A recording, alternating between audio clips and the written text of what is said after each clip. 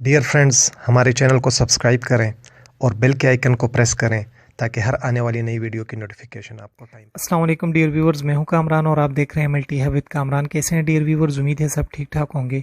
Dear viewers, आज मैं आप लोगों के लिए साइटोलॉजी के MCQs लेकर आया हूं जो कि 20 बेस्ट एंड बेसिक MCQs हैं साइटोलॉजी के, जो कि आपके एग्जाम्स जो होते हैं यूनिवर्सिटी और कॉलेजेस में उसमें बहुत ज़्यादा इंपॉर्टेंट साबित होंगे, और जो जॉब के लिए एग्ज़ाम्स होते हैं प्राइवेट और गवर्नमेंट सेक्टर्स में, ठीक है, तो उसके लिए भी ये आप लोगों के लिए बहुत ज़्यादा इंपॉर्टेंट साबित होंगे। तो चले स्टार्ट करते हैं अपने साइटोलॉजी के MCQs।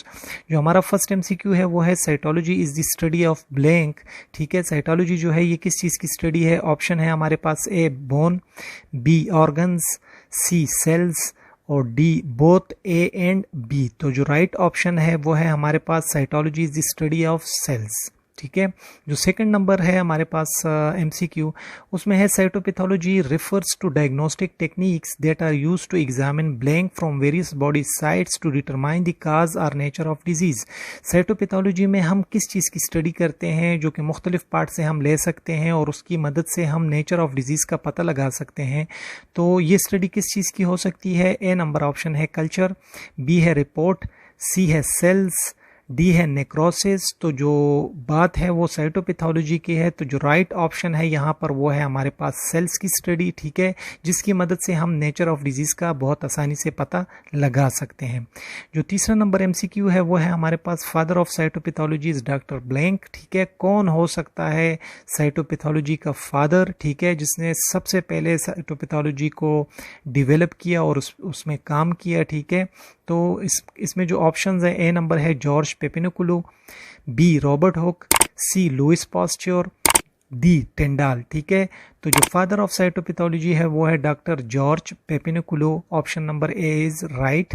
ठीक है, क्वेश्चन नंबर 4 जो है हमारे पास, उसमें है cytopathology samples can be collected easily and blank prepared stand and interpreted. ठीक है, साइटोपैथोलॉजी के जो सैंपल्स हैं ये बहुत आसानी से लिए जाते हैं और प्रिपेयर किए जाते हैं। किस तरह से? स्टैन और इंटरप्रिटेशन भी इसकी बहुत जल्दी होती है। तो जो ऑप्शंस हैं हमारे पास वो हैं सर्जिकली, हार्डली, स्लोली, क्विकली। ठीक है, तो साइटोपैथोलॉजी के जो सैंपल हैं एज कम्पेयर टू हिस्टोपैथोलॉजी ये बहुत क्विकली प्रिपेयर होते हैं। तो जो ऑप्शन नंबर डी है वो राइट है। ठीक है, क्वेश्चन नंबर 5 जो है उसमें है cytopathology test is blank and little or no risk to the patient. ठीक है, तो इसमें जो ऑप्शंस हैं वो है expensive, inexpensive, fatal or lethal. ठीक है, तो यहाँ पर साइटोपैथोलॉजी के टेस्ट जो होते हैं तो as compared to other test ये इनएक्सपेंसिव होते हैं, ये इतने महंगे नहीं होते, सस्ते होते हैं। ठीक है, और इसमें रिस्क भी कम होता है, ख़तरा भी कम होता है पेशेंट के लिए। ठीक है, जो क्वेश्चन नंबर 6 है हमारे पास वो है exfoliative cytology plays a prominent role in the mass screening and the early detection of blank. ठीक है, एक्सफोलिएटिव साइटोलॉजी किसे कहा जाता है? एक्सफोलिएटिव साइटोलॉजी उसे कहा जाता है जिसमें सेल्स आना शुरू हो जाते हैं फ्लूइड्स के अंदर, या जब सैंपल लेते हैं, ठीक है, जब हम कोई फ्लूइड लेते हैं नीडल की मदद से साइटोलॉजी के लिए, ठीक है, तो सेल्स को कुरीदा जाता है। ठीक है, तो उसकी मदद से सेल्स को ज़बरदस्ती जो है वो लाया जाता है। ठीक है, तो इसे एक्सफोलिएटिव साइटोलॉजी कहा जाता है। तो ये एक्सफोलिएटिव साइटोलॉजी जो है तो इसका रोल किस चीज़ में है, किस चीज़ की स्क्रीनिंग में है? तो जो ऑप्शन है हमारे पास, A number cancer, B typhoid, C लिशमेनिया, D malaria. तो राइट ऑप्शन जो है एक्सफोलिएटिव साइटोलॉजी जो है वो बहुत इंपॉर्टेंट रोल प्ले करता है इन दी स्क्रीनिंग ऑफ कैंसर। ठीक है, क्वेश्चन नंबर 7 जो है हमारा वो है cytological examination identify disease process blank specific versus non specific. ठीक है, तो साइटोलॉजिकल एग्जामिनेशंस जो हैं तो वो किस तरह की डिजीजेज आइडेंटिफाई करता है? ठीक है, तो ब्लैंक में जो ऑप्शन है वो नीचे 4 ऑप्शंस में से एक ऑप्शन होगा और दूसरा specific versus non specific diseases का भी ये पता लगाता है। तो ऑप्शन क्या है? Disinfection versus infection, neoplasia versus inflammation, killing versus treatment, none of the above. ठीक है, तो साइटोलॉजिकल एग्जामिनेशन जो है इसमें आइडेंटिफाई होती है डिजीज प्रोसेस में।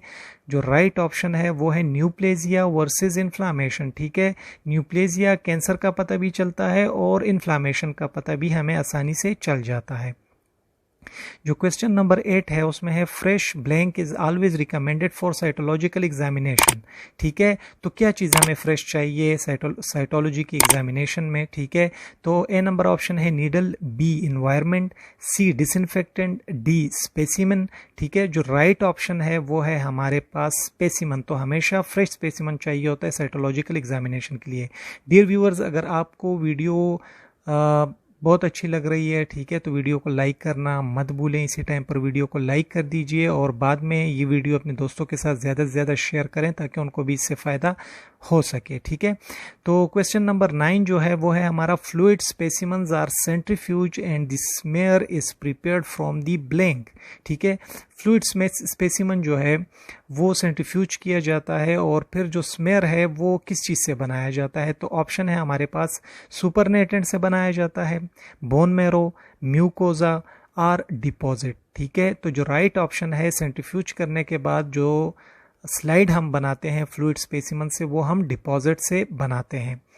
जो क्वेश्चन नंबर 10 है वो है cytological specimen smears are immediately fix to avoid blank changes of cell. ठीक है, साइटोलॉजिकल स्पेसिमन्स या स्मेयर्स जो हैं उन्हें जितना जल्दी हो सकते हैं उसे हम फिक्स करते हैं ताकि हम कुछ चेंजेस को सेल्स के अंदर रोक सकें। ठीक है, ताकि वो ना हो, ताकि हमारे पास माइक्रोस्कोपी ख़राब ना हो।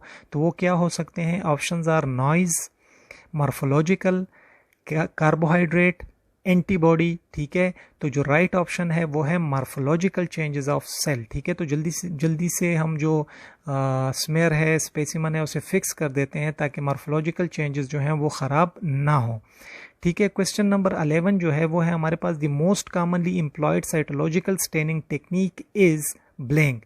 मोस्ट कॉमनली जो साइटोलॉजी में स्टेनिंग टेक्निक यूज़ होती है वो कौन सी होती है? A number option Pap staining, haematoxylin, eosin, Ziehl Neelsen staining, और जो राइट ऑप्शन है वो है हमारे पास पेप स्टेनिंग जिसे पेपिनिकुलर स्टेनिंग कहते हैं। तो ये कॉमनली यूज़ होता है साइटोलॉजिकल स्टेनिंग टेक्निक में। ठीक है, क्वेश्चन नंबर 12 जो है उसमें है the most commonly use fixative in cytology is.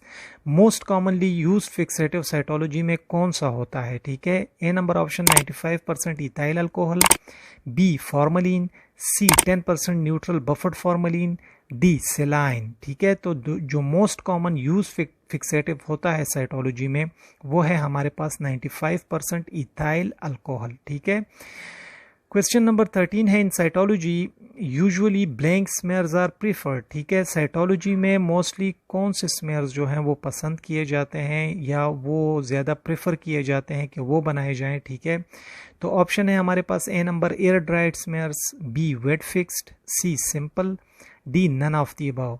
तो जो राइट ऑप्शन है साइटोलॉजी में मोस्टली जो प्रेफर किए जाते हैं जो स्लाइड्स वो है वेट फिक्स। ठीक है, जिस तरह ही स्लाइड आप बनाओगे तो उसे जल्दी से आपने फिक्स करना होता है जिसे वेट फिक्स्ड कहा जाता है।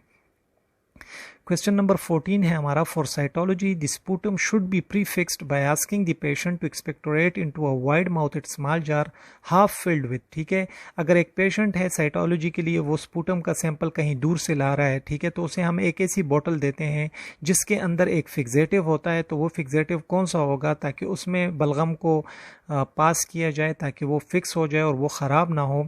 ए absolute alcohol, B paraffin, C isopropyl alcohol, D 70% ethyl alcohol, and the right option is 70% ethyl alcohol. Dear viewers, video को लाइक ज़रूर कीजिए। ठीक है, और अपने दोस्तों के साथ भी इस वीडियो को ज़्यादा से ज़्यादा शेयर करें ताकि वो भी इससे फ़ायदा उठा सकें। क्वेश्चन नंबर 15 जो है डियर व्यूवर्स वो है Blank has advantages over other forms of biopsy because it is safe, rapid, reliable and relatively painless. एक टेक्निक है साइटोलॉजी में, कहा जाता है कि ये बहुत ज़्यादा अच्छी टेक्निक है, सेफ़ है, तेज़ है, रिलायबल है, काबिल भरोसा है और इसमें दर्द भी नहीं होता as compare to other biopsies. ठीक है, तो वो कौन सी टेक्निक है? A number fine needle aspiration, B bone marrow aspiration, C pleural fluid aspiration, D cerebrospinal fluid aspiration, and the right option is fine needle aspiration जिसे FNAC कहा जाता है। तो ये बाकी बायोप्सीज की निस्बत सेफ, रैपिड, रिलायबल और रिलेटिवली पेनलेस टेक्निक है। ठीक है, क्वेश्चन नंबर 16 जो है वो है fine needle aspiration utilises a fine bore needle